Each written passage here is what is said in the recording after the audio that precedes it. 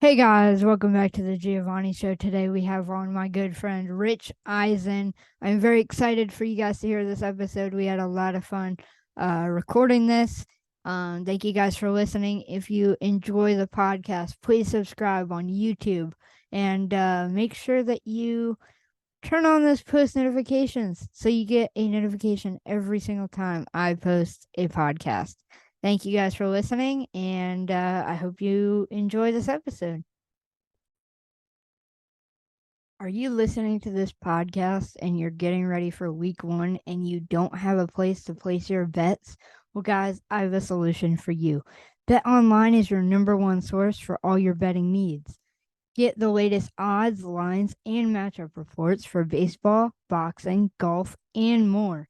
Bet Online continues to be the fastest and easiest place to place your wagers, including live betting and your favorite casino and card games available right from your mobile device.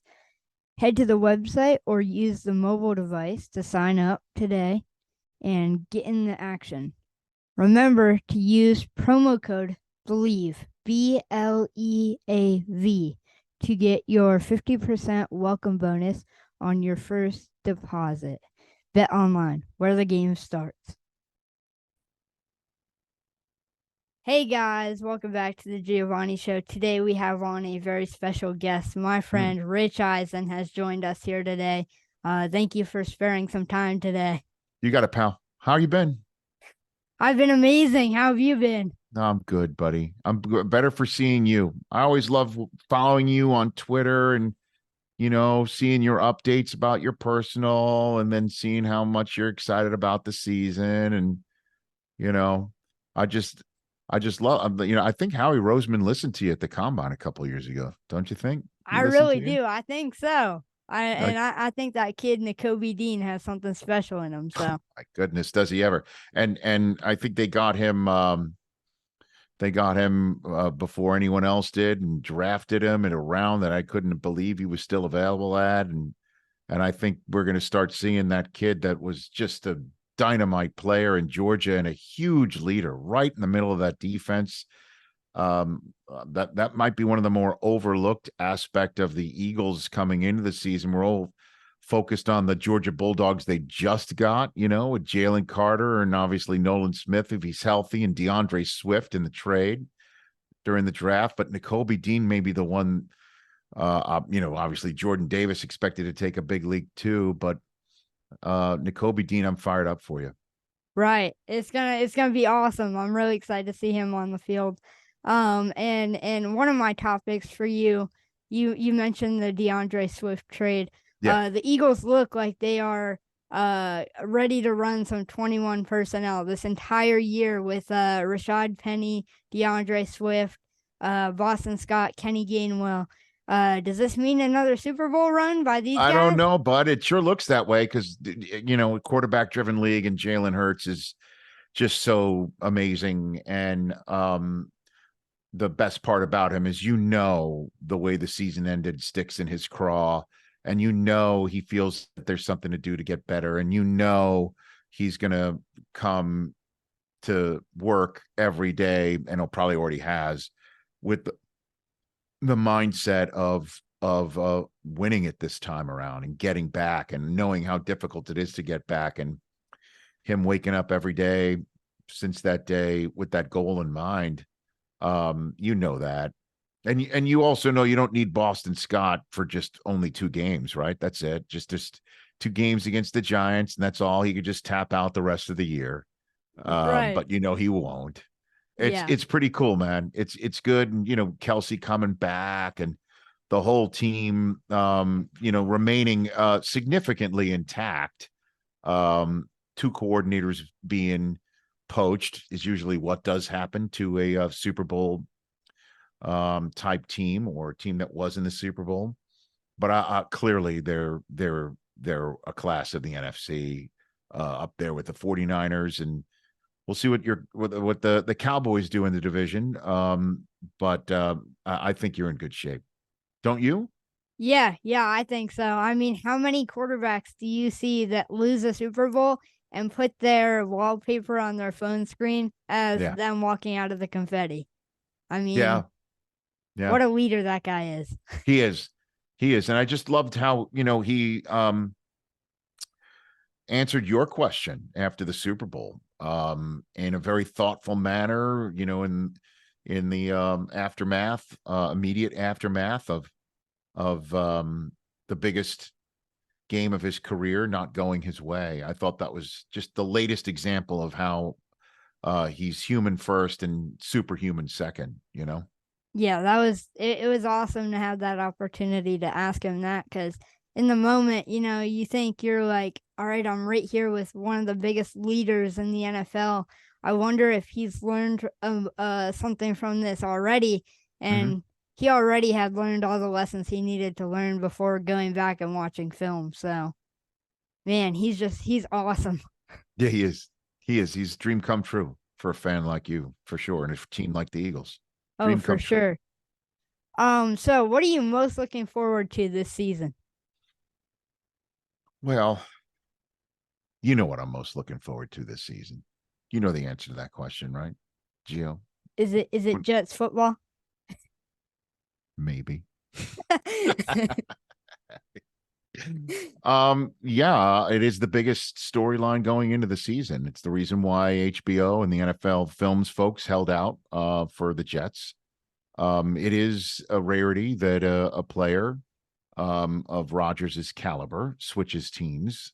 Brady obviously is the most recent example of it, but there's not too many other examples in the history of the NFL like that, where surefire first ballot Hall of Famer with damn near 20 years with one team decides to take a shot somewhere else, or circumstances bring about that being necessary, and the Jets being a team that's ready for him. Like they are filled with young players who gelled a lot faster than people thought maybe last year, and the quarterback position just needs to be filled with a steady veteran hand who knows how to lead and be followed, and be comfortable with that, and have the wherewithal to pull every string.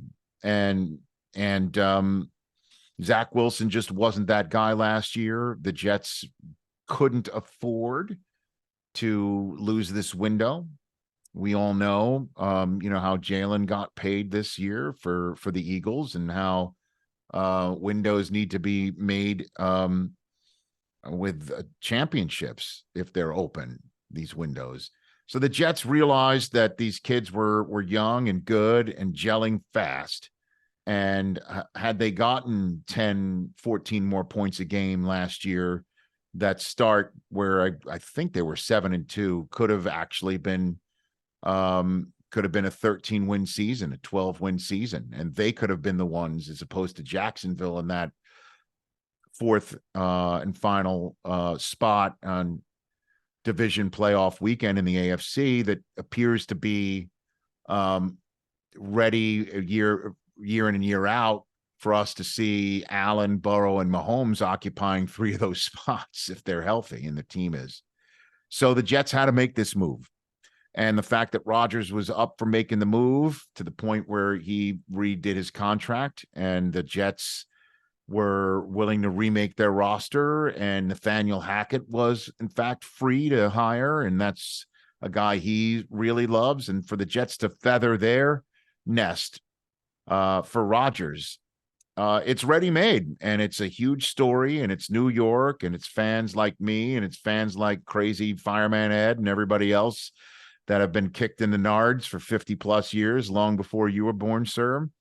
But you were there, obviously, in the Doug Peterson, Nick Foles year, about seeing long waits end for teams wearing green. That's what I'm looking forward to seeing. And that's not just because I grew up a Jet fan, and obviously it's been a long time coming. I truly believe the rest of the NFL national media is interested, from Wisconsin to the rest of the AFC East and the rest of the AFC, because if Rodgers is the real thing from his MVP season and has his own number 17 and Garrett Wilson now, and the rest of that team as it's laid out, they really are legit Super Bowl contenders. And that's the number one story, I think, coming into 2023. Yeah, and you look at Aaron Rodgers and him taking that money cut just for this team, just to try to get a championship. He's also another leader in the NFL. He's just a great guy. And also, when you think of the Jets, you think of that one young, talented guy, Sauce Gardner. Oh, yeah. I think that the Jets are going to have one of the best defenses in the league this year. And then obviously that offense with Garrett Wilson, Aaron Rodgers, like it's just going to be electric to watch every week. Yeah, I mean, Warren Sapp, when I worked with him for all those years, he would always say the front and the back end of a defense have to work together. And the front four for the Jets is pretty darn stout. Quinnen Williams right in the middle of it. And then you got Sauce and the rest of that secondary in the back. And, if Breece Hall can stay healthy and come back and look like the kid from last year who was home run hitting from anywhere on the field, and Dalvin Cook's now been added to the mix, and Rodgers has his a couple of his BFFs from receiver room and in Green Bay, and Alan Lazard and Randall Cobb and Mecole Hardman is a fascinating ad that gets lost in a lot of shuffles when talking about the Jets offense. Again, if the offensive line stays healthy and the rest of these kids stay healthy for Rodgers, it's a legit chance. It's truly a legit chance. And the schedule makers have saw fit to put the very best on the Jets schedule this year, from both Super Bowl teams last year to the Dallas Cowboys and the Giants, two more playoff teams from last year.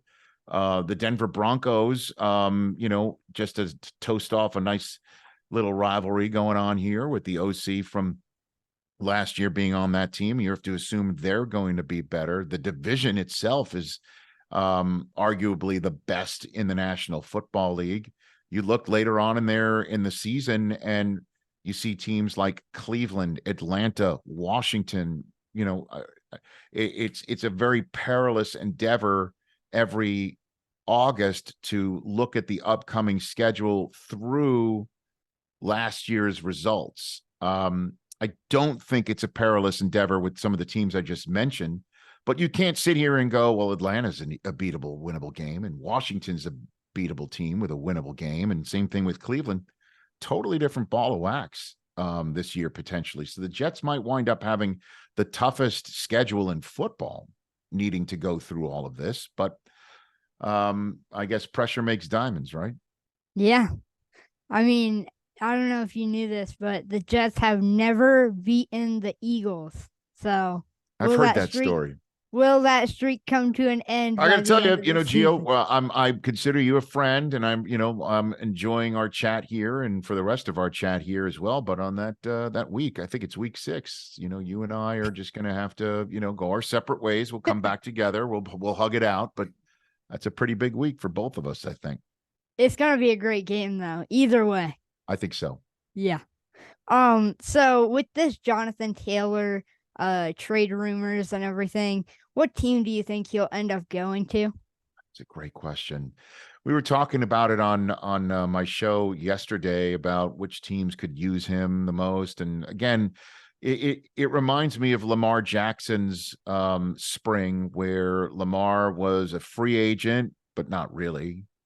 And Lamar would be great on a bunch of teams, if not for the fact that it would be so expensive in terms of draft capital, 2-1s, and contractually, that you would otherwise, of course, take Lamar Jackson. The same thing appears to be the case right now with Jonathan Taylor. He's not a free agent, but he's been given the ability to seek a team like he is one. And a team would be willing, of course, to take a 24-year-old running back of his quality and personal nature, being such high quality as well. Of course, you're going to take him, if only, they weren't asking for a Christian McCaffrey type return, which is what my colleague from NFL Network, Tom Pelissero, says the Colts are looking for. And if he wasn't looking for somewhere in the neighborhood of what between Derrick Henry and Christian McCaffrey are going to make. So that said, if we just remove all of that, of course, the Miami Dolphins could use him, and Denver might be able to use him, and you know the Bears are a team that you hear mentioned. Ian Rappaport mentioned the Bills as a possibility since they were willing to take that big swing potentially at DeAndre Hopkins. Why not Jonathan Taylor? You know, would Minnesota do such a thing? And I don't know. I mean, they like Alexander Madison. They just got rid of Dalvin Cook because of you know the financial aspect of it. What Dallas says they wouldn't do it. Um, so I don't know, except to say, you know, the Colts are the team that needs him the most. Yeah. So I just don't know why it's gotten to this point. It's confusing to me how it's gotten to this point, but it looks like the Colts are just not willing to pay him now, and he wants to be paid now, and that's the impasse that I think we're all sitting at. So I wish I could give you an answer, but the team that I think that needs him the most are the Colts, the team that it looks like he doesn't want to play for anymore. Yeah, Rich, and the one of the biggest things that I've seen. So I was at Colts training camp all year this year. Got to interview Anthony Richardson coming in as the Colts starting quarterback. And as I'm on the sideline watching the teams warm up, Jonathan Taylor comes walking across the sidelines, and the fans are ruthless to him. It's just crazy to me how they could switch up so fast on a Is guy that like right? What that. do you mean they're ruthless to him? What do you mean by that? They were heckling him and screaming stuff at him, profanities. It was just ruthless. Wow, that's unfortunate to hear because he's such a good dude. And I Yeah. don't know if anybody really knows what he was playing through last year. You know, we just assumed, you know, he got hurt and when he came back, he was ready to roll. But I'm sure he wasn't. And the fact that he came back when the season appeared to be completely lost. I honestly I'm terribly disappointed to hear that. I know we don't want to paint all Colts fans with the same brush.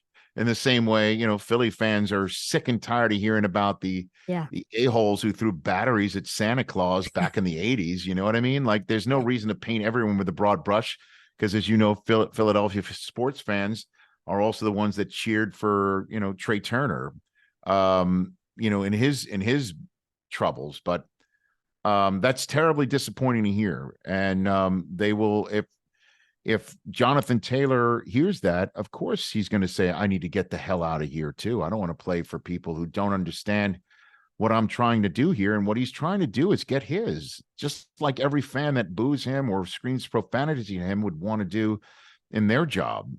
Um, so that's unfortunate to hear, Gio. I'm sorry to hear that.